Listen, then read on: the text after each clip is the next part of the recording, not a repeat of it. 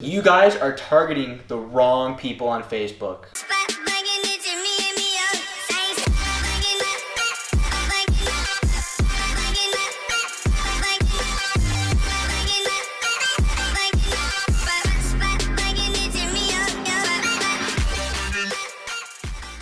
Hey guys, welcome back to Ecom Street. In today's video, we're going to be talking about the proper interest and how to find the right interest for your Facebook ads. Now, there are a lot of people that actually screw this up. And now what the problem is, people are just looking at the most broad interests on Facebook. So for example, they'll go on to the suggestions part. Say you're selling a skincare product, and now the first thing you type in is beauty. They will just literally use beauty. And now the problem with that is, guys, it's way too broad, okay? That interest size probably has like over 1 billion people. That is way too broad for you guys to be using. Now, I may have mentioned this before to you guys. Using the Audience Insights tab on Facebook is actually really effective.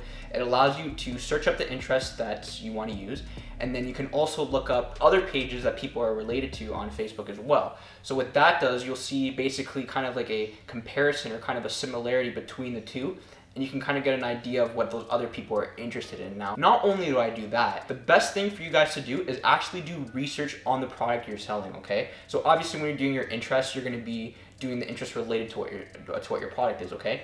And now what I mean by doing the research externally is literally looking up information about your product, not just doing like AliExpress product research like that, like looking to see if there's different suppliers, looking to see if there's different prices. I'm talking about actual research on the product you're selling, okay? And now what I'll do, for an example, say you want to search something up for a bike, okay? You're doing a product, it's a helmet that has a windmill on it or something, okay? I'm just saying a random product, okay?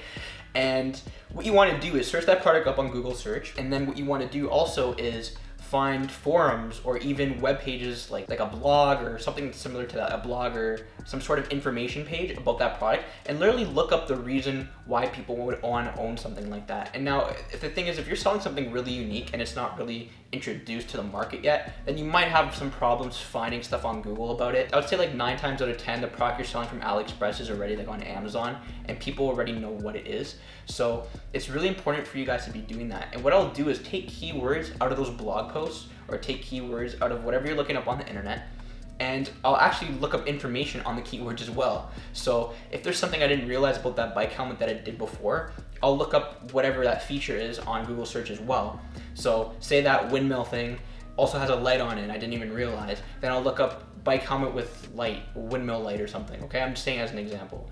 And now I'll just keep doing more and more research about the product. I'll keep digging into the product until I've found everything about it.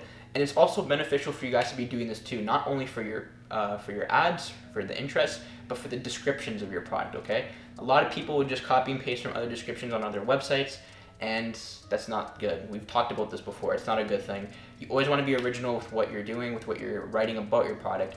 And honestly, when you're finding information externally, not just from other people, but actually on the internet, it helps a lot. It helps a shit ton.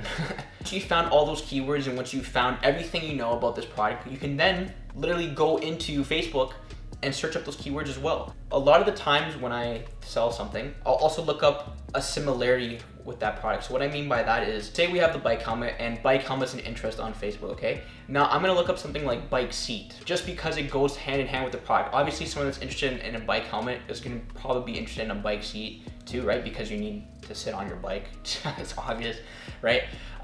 Or say a home improvement tool. I was selling something where they're called like tile level. I was selling these things that are tile levelers, and basically you'd screw them into the ground. What interests I was looking up were things like cement or things like adhesives, tile flooring, stuff like that. Things that go hand in hand with the product, like maybe even goggles, because like people that do that stuff like tile layers, they wear goggles, or they use specific tools like a circular saw. Being broad on Facebook doesn't mean it's the bad thing, okay? We use broad interest all the time for specific campaigns, for specific strategies, okay?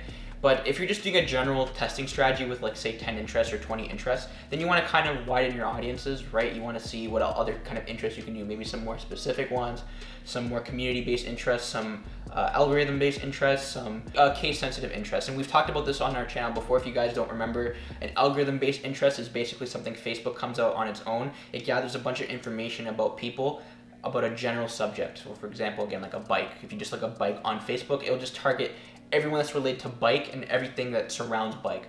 Now, if you go to a cap sensitive based interest, this would be something like a community-based interest. So something that has like a community based around it. So if it was like Biker's World and there's like a capital B for bike and capital W for Bike World, then that's a case sensitive interest. All right guys, so that pretty much wraps up for this video. Again guys, there's no right or wrong way to finding your interests.